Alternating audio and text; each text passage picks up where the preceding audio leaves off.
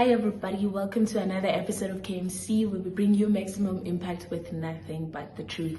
So today I wanted us to look at holding on, look at not letting go of things that we're supposed to be letting go of things that are not ours. So this has been ringing in my head for the past week, and I even posted a question on Instagram asking why is it that an individual is still holding on to whatever it is that they're holding on. Of course, the answers varied, the answers were different, but there was always one thing common in all of those answers: the fact that they're scared, the fact that fear governs the whole action of not wanting to let go. And as I read those, it took me back to another interview I had with Koza. We spoke about how fear keeps you in one place and it does not allow you to grow. It keeps you in a place of stagnancy. You know, you don't produce any fruit. You just don't move, because of fear. And as I am thinking and remembering all of that, scriptures keep coming to my head, like Jeremiah 29 verse 11, "For I know the plans I have for you, declares the Lord, plans to prosper you and not to harm you, plans to give you hope and a future." This is a verse I live by. This is a verse that has gotten me to where I am today. It's my daily bread, As I think of it, it just reminds me of how unhealthy and how toxic it is to want to make your own, to want to have your own plans and dictate how you want your life to go, forgetting that God has power over things. God has power over you. God has power over your plans. We might have plans, but at the end of the day, he's the one who gives the go ahead, So the sooner we tell ourselves that your will be done, Lord, instead of mine, I feel like everything else will be not easier, but you will get the strength to get through all of that, So this took me back again to a story of mine. As one is building a career, including myself, I'm building a career. I'm trying to make a life for myself, of course, right? I got a job. After getting that job, I thought I was happy, I settled. I was like, I'm gonna grow old here. I'm gonna retire here. I'm gonna, I had plans that I'm gonna stay. As soon as God saw how comfortable I was and how ready I was to settle down and not try to grow anymore, he was like, I'm gonna give you problems. Every day, I'm gonna give you problems. I started having issues. I started being mistreated. I started realizing a lot of things that were wrong. But a part of me, again, still didn't want to accept the fact that God doesn't want me here anymore, Because I was like, in my head, I'm like, God, if I leave this job, where am I going to go? If I leave it now, where am I going to go? And then he kept on whispering to me that I have plans for you, and they're greater than what you're willing to settle for, He kept on reminding me of how I should just cast all my burdens unto him, for he cares for me, I remember I started making moves of wanting to go. I started applying. I started polishing my CV again. Not long after that, I got an offer, I got a different job. I got a better job, And it's those little things that we think we have control over that keep us in a place where we're just not fully ourselves. You know, we can't develop any further than where we are at that point. And just to mention another story, it's not just that where I've seen God take over and take control. Before I moved to Joburg, I stayed in Durban. I had been studying there. I had, built a life there. But after I graduated, in my head I was like, okay, cool, God, I'm not moving from Durban. This is where I'm gonna spend the rest of my life. The conversations I have with God are conversations that I'd have with my dad, are conversations that I'd have with my best friend, my mom, my family.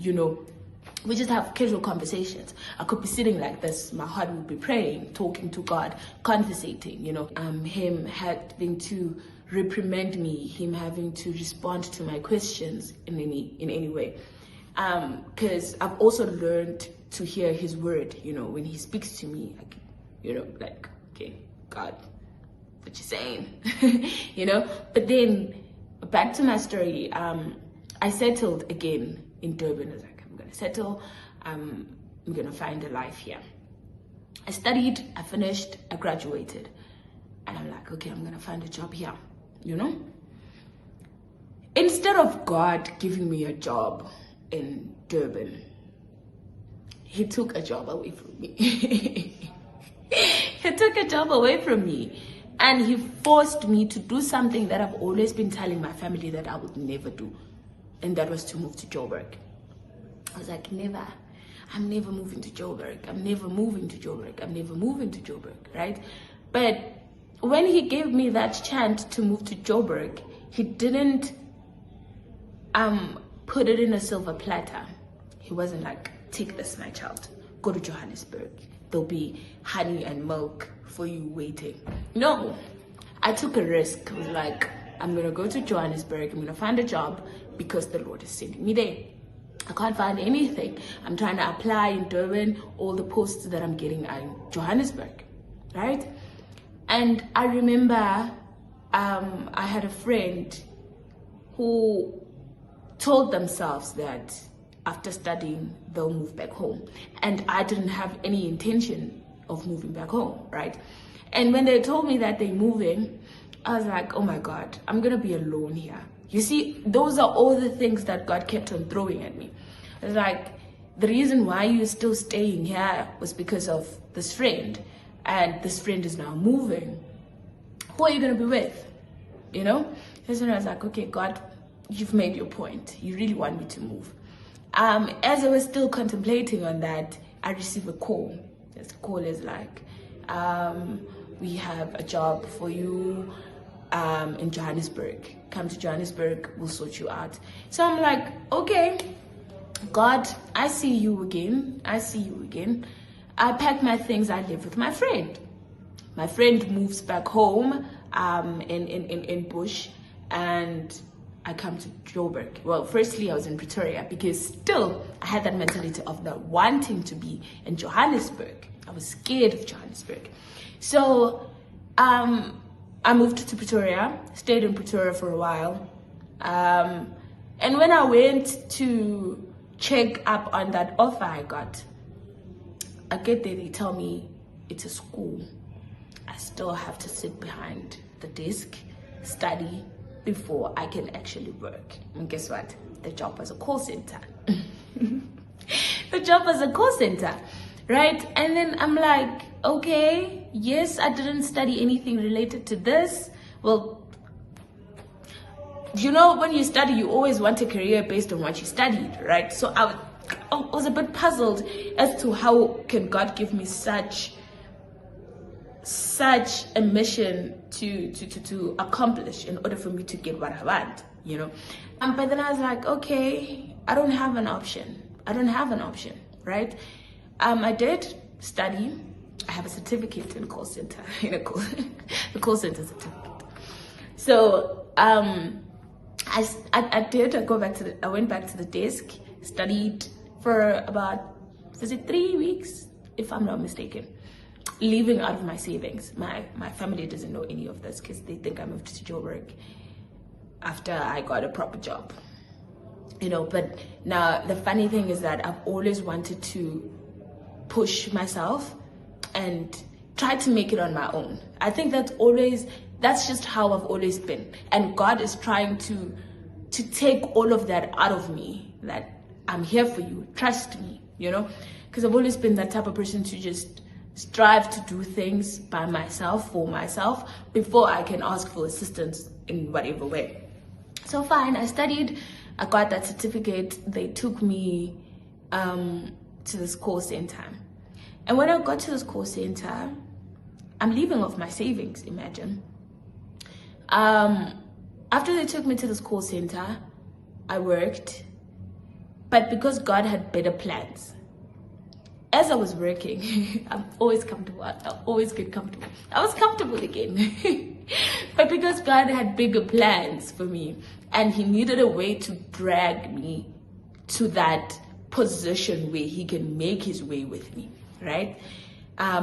Because the Bible does say that his strength is made visible in our weaknesses, So he took me to the call center. He saw me getting comfortable again. He was like, boom, more problems, my child, take this, I didn't make sales. I didn't, you know how call center works, and then I was like, maybe this is not for me. I think a week in that job, the second week, I received an email. When I receive an email, they're telling me to fill in some forms. They're considering me for a position I applied for related to what I studied, I'm like, okay, cool, yay. I fill everything in. I send my application, it goes through, I get that job. So within 2 weeks, I left the call center. I went to that job I'm speaking about. So as that was unfolding, so this is a background of the first job that I was speaking about when I started this video before I moved to my current job. So as I got that job, I was like, okay, it has terms and conditions. I won't get paid for 3 months while I'm still undergoing training and whatnot. I'm like, are my savings gonna last me that long? But I'm like, okay, we're gonna push, we're gonna do this. I went, I took it, I started working. When was this? Around July 2018. Yeah, 2018. I worked for 2018 until 2020. Yeah, until 2020. Then 2021, that's when I moved. So as I was working there, it was my first proper job, doing what I studied. I was like, I'm here. God, I'm here. This is the place you want me to be at, milk and honey all the way, right?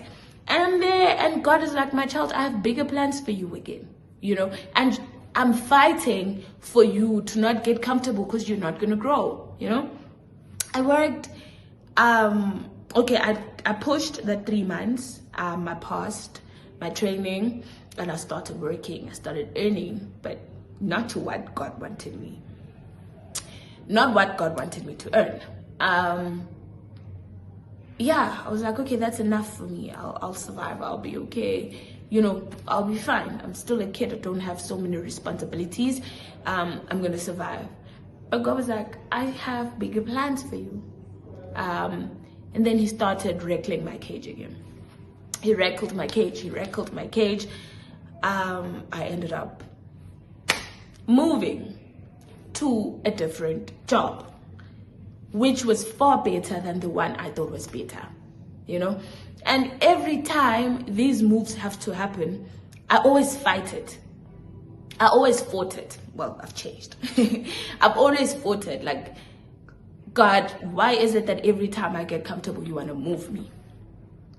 God, why is it that every time I feel like I'm where I'm supposed to be, you move me, you keep on challenging me, you keep on bringing new things in my life that I need to tackle? And he would always say one thing. Let me just quote a verse that kind of takes on the message he kept on saying to me. Do not be anxious about anything, but in every situation, by prayer and petition, with thanksgiving, present your requests to God, right? And that's in Philippians 4 verse 6. And as he brought this verse towards me, I remembered my prayer. My prayer was, God, I want to be something that I would be proud of. And when you know better, you know me from the deepest corners of my heart. You know what I want. Sometimes I might not even know what I want myself, but because you created me, you know what I want. So take over, right? So whenever he would try to take control, and I fight it and I resist it, he would always come to me and tell me that I need to pray. Because he has not given me the spirit of fear. He will never take me to places where the Holy Spirit won't lead me, you know? So, yeah, I've been talking a lot, but all of this is just me trying to encourage someone as to how important it is to let God take over, even if it means you being uncomfortable, even if it means you being scared, even if it means you being rattled, even if it means you being picked upon, even if it means you feeling belittled, you know. It takes a lot for one person to grow, especially where God is involved. God works in his own way, you know, a way we would never understand. But in order for us to tackle this fear of not being able, this fear of not wanting to let go, this fear of wanting to keep things that are not ours, we just need to let everything be in God's hands.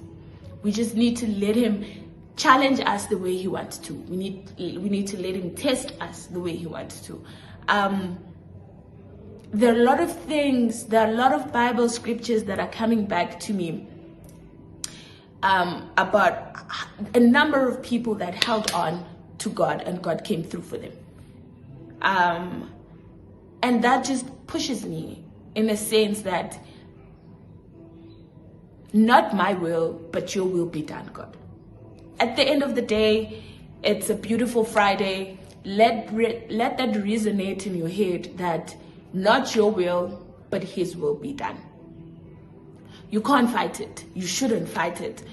He should take over. He should take control. And you just sit back and enjoy the ride. Well, you might not enjoy it sometimes, but he won't take you through things that he feels are not necessary.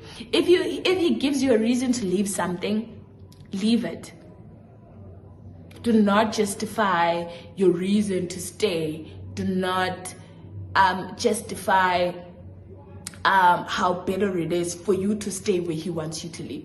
And he'll keep on showing you signs. This is bad for you. This is toxic. Let it go. It also reminds me of, and that's the thing about him, as he's telling you to let go, he doesn't tell you what he has in store for you.